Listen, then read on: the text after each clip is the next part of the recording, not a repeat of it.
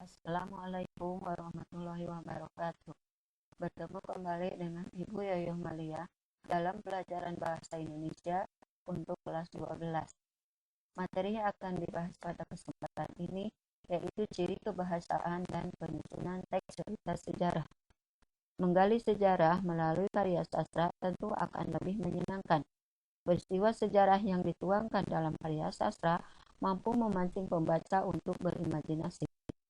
Mampu pembaca untuk berimajinasi ini dikarenakan salah satunya adalah penggunaan bahasa. Pengaruh bahasa di dalam teks cerita sejarah secara umum ada 3, yaitu bahasa emotif, bahasa konotatif, dan bahasa konvensional. Bahasa emotif yaitu bahasa yang dapat memancing emosi pembaca, sedangkan bahasa konotatif adalah bahasa yang dapat mendukung jalan cerita yang sehingga dapat berkembang sesuai dengan pola pikir pengarang.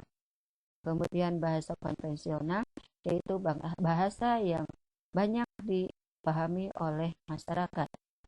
Dengan menggunakan ketiga bahasa secara umum ini, maka diharapkan teks cerita sejarah atau novel sejarah bisa mudah dipahami oleh kalangan masyarakat, baik itu di kalangan atas maupun di kalangan menengah ke bawah.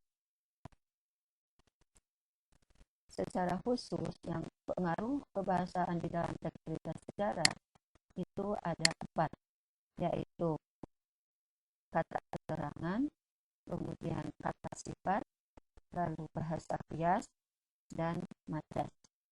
Kata keterangan adalah kata yang sifatnya berfungsi sebagai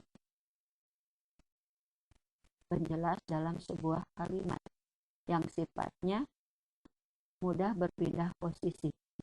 Beberapa jenis keterangan diantaranya adalah tempat, waktu, alat, tujuan, cara, penyerta, perbandingan, dan sebab. Contoh untuk kata keterangan tempat, kalimatnya, mereka berlindung di dalam bunker.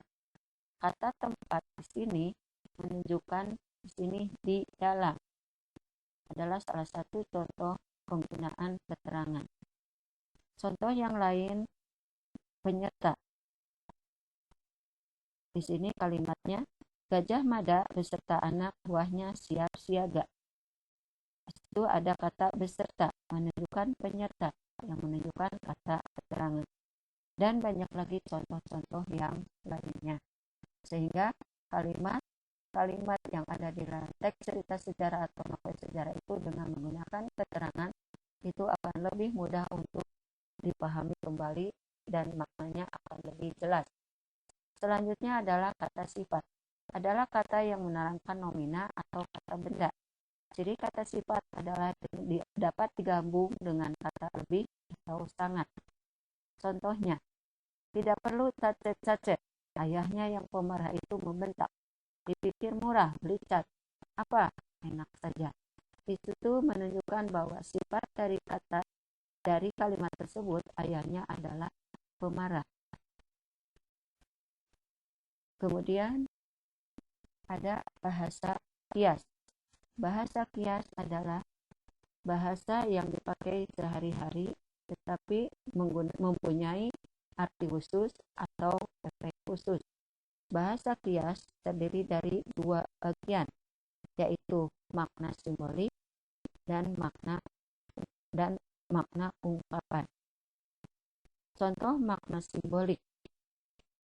10 bulan sudah waktu berlalu dari hujan terakhir, menjadikan udara demikian kering dan sengsara.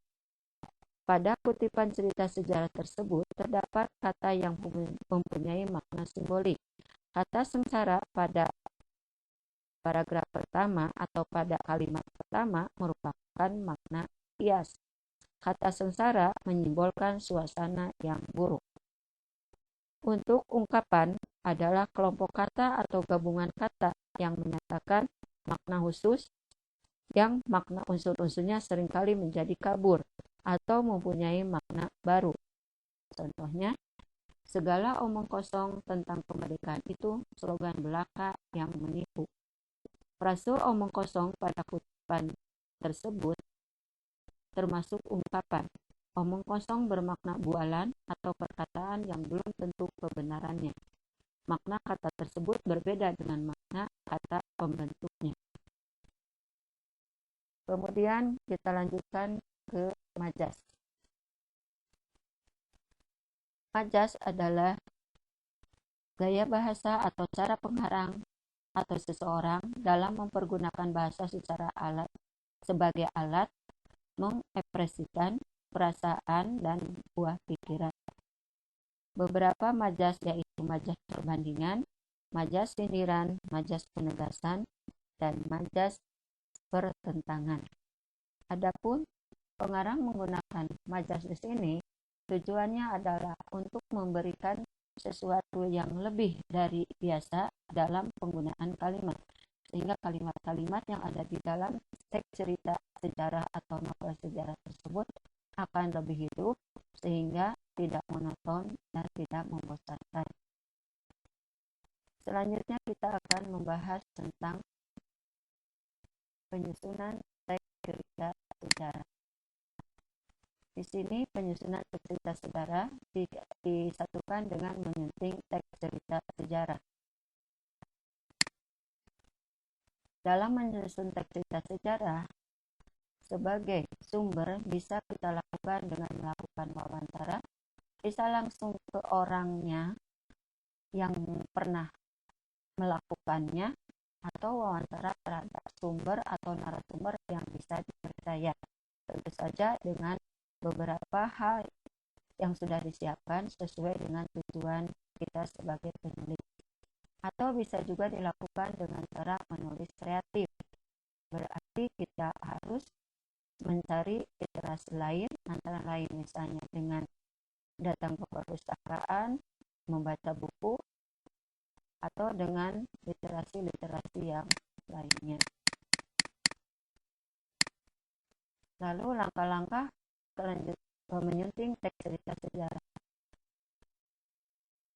Ada beberapa langkah yang harus diperhatikan sebelum kita menyunting teks cerita sejarah. Tentu saja ini dilakukan setelah kita mencoba untuk membuat teks cerita sejarah. 1. Membaca keseluruhan naskah teks cerita sejarah. Yang kedua, mencermati kesalahan penggunaan ejaan, kesalahan penulisan ataupun tanda baca. Yang ketiga, memperbaiki kesalahan yang ditemukan dalam naskah teks cerita sejarah yang dibaca. Kita dapat melakukan penyuntingan terhadap teks cerita sejarah milik pribadi atau orang lain, tentu saja dengan pengetahuan yang sudah kita miliki.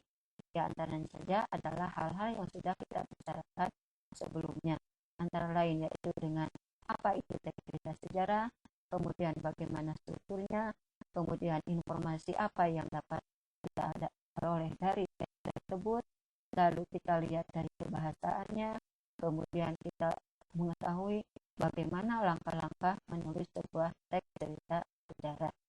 Itu adalah modal yang bisa kita dapatkan atau modal yang bisa kita dasarkan sebagai langkah untuk kita bisa menyunting teks cerita sejarah atau novel sejarah. Demikian apa yang bisa Ibu sampaikan pada kesempatan ini.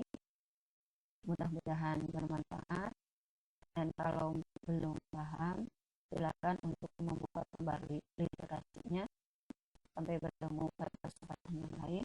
Assalamualaikum